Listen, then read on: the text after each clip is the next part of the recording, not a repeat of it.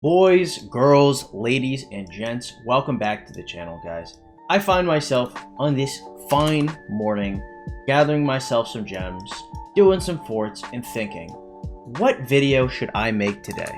And I remember one of the most common questions I get every single day, a gazillion times per day, by people who probably should not be asking me the question. So, today, guys, we're going to go into why KvK2 sucks and why you should not migrate back to KvK2. Now, a little bit of a caveat here. This is KvK2 sucks from the guise of somebody who is in Season of Conquest. So, if you guys are currently in KvK2 and you guys have never seen Season of Conquest, KvK2 does not suck for you. Enjoy your KvK2. It's going to be very fun. I'm talking about the people who are in Season of Conquest, play with their Guan Scipios, play with their Joan Nevskis, and think, man, I want to go back. This is a bad move, okay? I cannot stress this enough. But I feel like I should make a video where I go into detail on why it's a bad move, tell you guys every bit of my reasoning, and then, yeah, we'll break it down. So, people will generally look at their speed ups, they'll look at their power, they'll look at their troops, something like that, and they'll go, man, I am not equipped for Season of Conquest. I'm 30 million, 35 million power. Everybody has like fully expertise commanders. People have like Joan, Scipio. They have legendary gear on all their stuff. Like there's no way I'm gonna be able to compete with them. I want to go back to KvK2, right? Essentially, you want to go back to KvK2 so you can stomp on the newer players that are going to be slightly weaker than you. And to some extent, that is true. Everybody will be weaker in KvK2. But the weaker players aren't the only people that are going to be weaker. You will also be weaker. The reason why it feels like they're strong is just because it feels like you're strong, or it feels like you would be strong because you remember the other cross-season migrants that came back. The things that you forget is that the strongest of the cross-season migrants that came back were already strong in Season of Conquest. For example, if you're in a KvK against 2489 for KvK2, right? If you're in like Kingdom 2477 or something like this, we had this dude named Arvix that came back. He was on my side in 2500, but he absolutely stomped all over our opponents.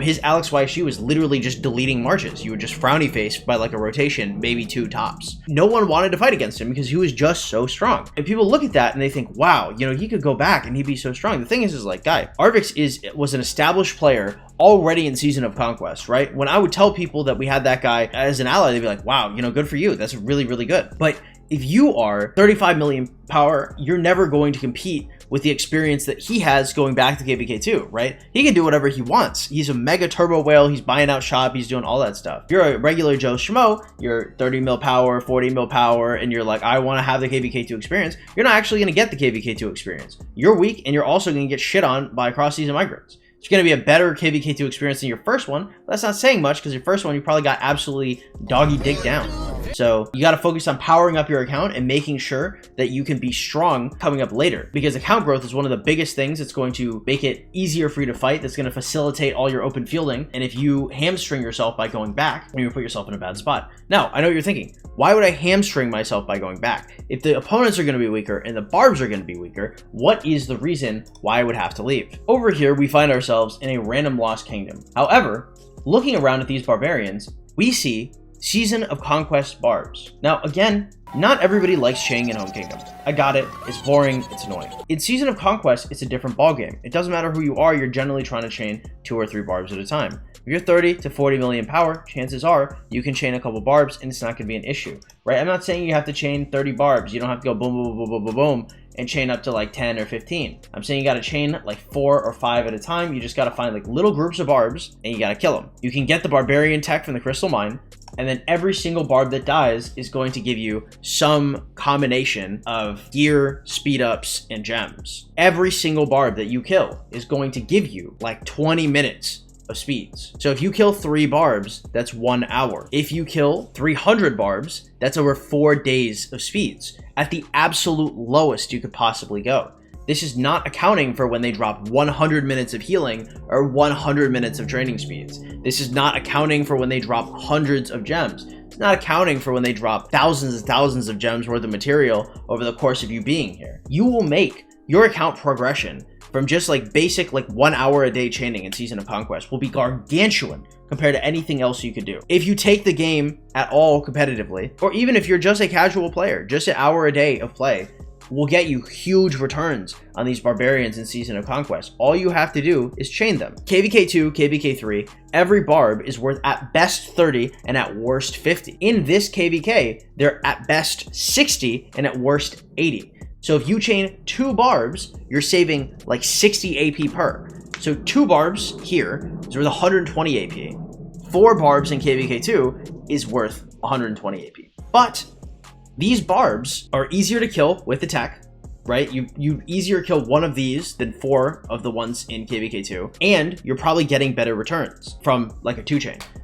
You cannot compete with it. It's so strong. These alone are a good enough reason to never go back to KvK2 if you're looking to grow your account. Now, if you're more of a casual player, you don't care how your account's going, you want to go back to KvK2, whoop-de-whoop, for whatever reason, more power to you, right? But this is, for this video, for people who are looking why they should go back or why they shouldn't go back, this is why you shouldn't. So, Barbarians, they'll really give you everything you could possibly need and then some. Even if you lose a Season of Conquest KvK, you should come out stronger with an hour a day into barbs than you would coming out of a winning KvK2. It's just, they're too strong.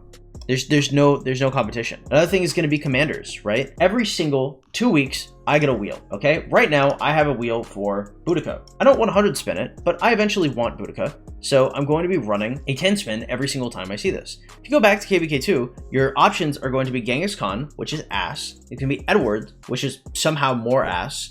And then Alex, which isn't bad, right? But he's really only good in KvK2. You're looking for commanders that are going to be good in Season of Conquest. Every time you go back to KvK2 and you spin wheels for these commanders and you expertise these KvK2 comms and you come out with like your Saladin Ethelfled, your Alex YSG, and your Edward Tommy, this doesn't make you stronger for Season of Conquest, right? The only commander like out of KvK2 that might be useful for Season of Conquest is going to be like Tommy Riss.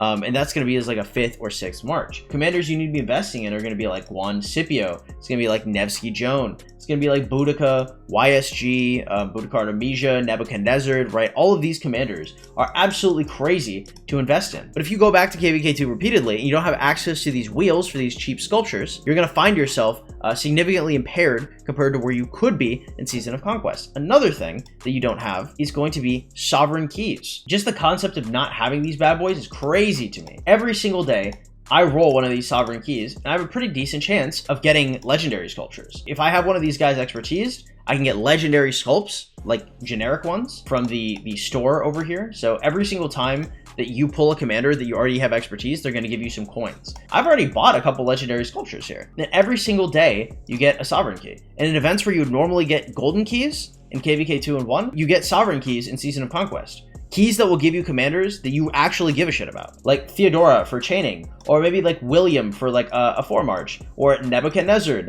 or Guan Yu, right? Like all of these commanders you can get from sovereign keys. That's really cool. Like Artemisia's in here too. Like these are absolutely Trajans in here. Like you have a bunch of excellent commanders that you have access to. But there's an event called Hearts of Desire, where if you save all of these keys and you get in the middle of Season of Conquest, you can choose 5 of those commanders that you want to be able to pull from using your sovereign keys, and you use all your sovereign keys and you get a bunch of legendary sculptures.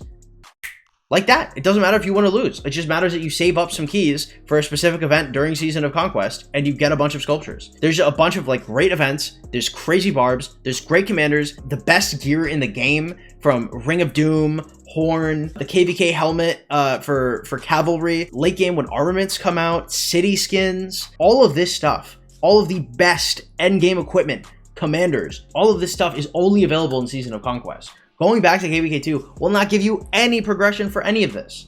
It will only sink you. It only serves to slow you down. So the next time you guys think, hey, should I go back to KvK 2? The answer is no. Now, you guys are thinking, what could he possibly say now? There are some people that might actually be okay with going back to KvK 2. Generally, I would have this group of people be as people who should probably restart the game, but are they just don't want to. And if you're in that camp, if you're probably like, I think if you're like 20 million power trying to enter Season of Conquest, or 15 million power, it may be just too difficult for you to do SOC. Going back to KvK 2 would require you to essentially be an illegal migrant to go back and essentially like take away somebody's spot. You'd have to like try and be incognito and like reintegrate with their kingdom. So you're essentially like YOLOing your entire account by going back to KvK2 if you're that weak, right? Because you're not going to get a cross-season slot anyway to try and get in some kind of main alliance that will allow you to like eat gold chests and progress normally. If you're at this stage where you're basically like throwing your account and hoping for the best, you're probably in a restart territory. If you don't want to, of course, you can always YOLO it. But just know, if you take somebody's CSM slot, their cross-season migration for KvK2, they're going to fucking sink you. And that's something I would like to close this video with, guys. If you guys are thinking about going back because your account sucks, your account sucks, okay? They're not going to accept you back, okay? Almost no kingdom, you'd have to find the most dead of dead kingdoms to try and accept you, and that's a horrible idea. On top of the other horrible ideas. You'd have to find the most dead kingdom to accept you, or you'd have to illegally immigrate into a KvK2 kingdom in which they will probably zero you, or you can struggle for like a month outside of an alliance until they finally forget about the heinous crime that you have done by denying them a slot. And then I guess you can enter. Anyway, guys, if you guys enjoy the content, hey, drop a like, a comment, consider subscribing if you guys want to. And if you guys enjoy the content a lot and you want to help out financially, the best way to do that is by joining the by donating to the Streamlabs link in the description below. If you guys want notifications when I go live, or you want to contact me when I'm not live, that Discord is the best place to go. If you guys are interested in privatized coaching, we do it $35 a session. It is banging right now, so it might go up again, sadly. I know it was $20 like 2 videos ago, but guys, look, it's too popular. If you guys are interested in that shit, you can always hit me up on Discord DMs, just say, hey, I'm interested in coaching, and we can talk it out. Other than that, guys, have yourselves a great one. Thank you so much for watching. Bye.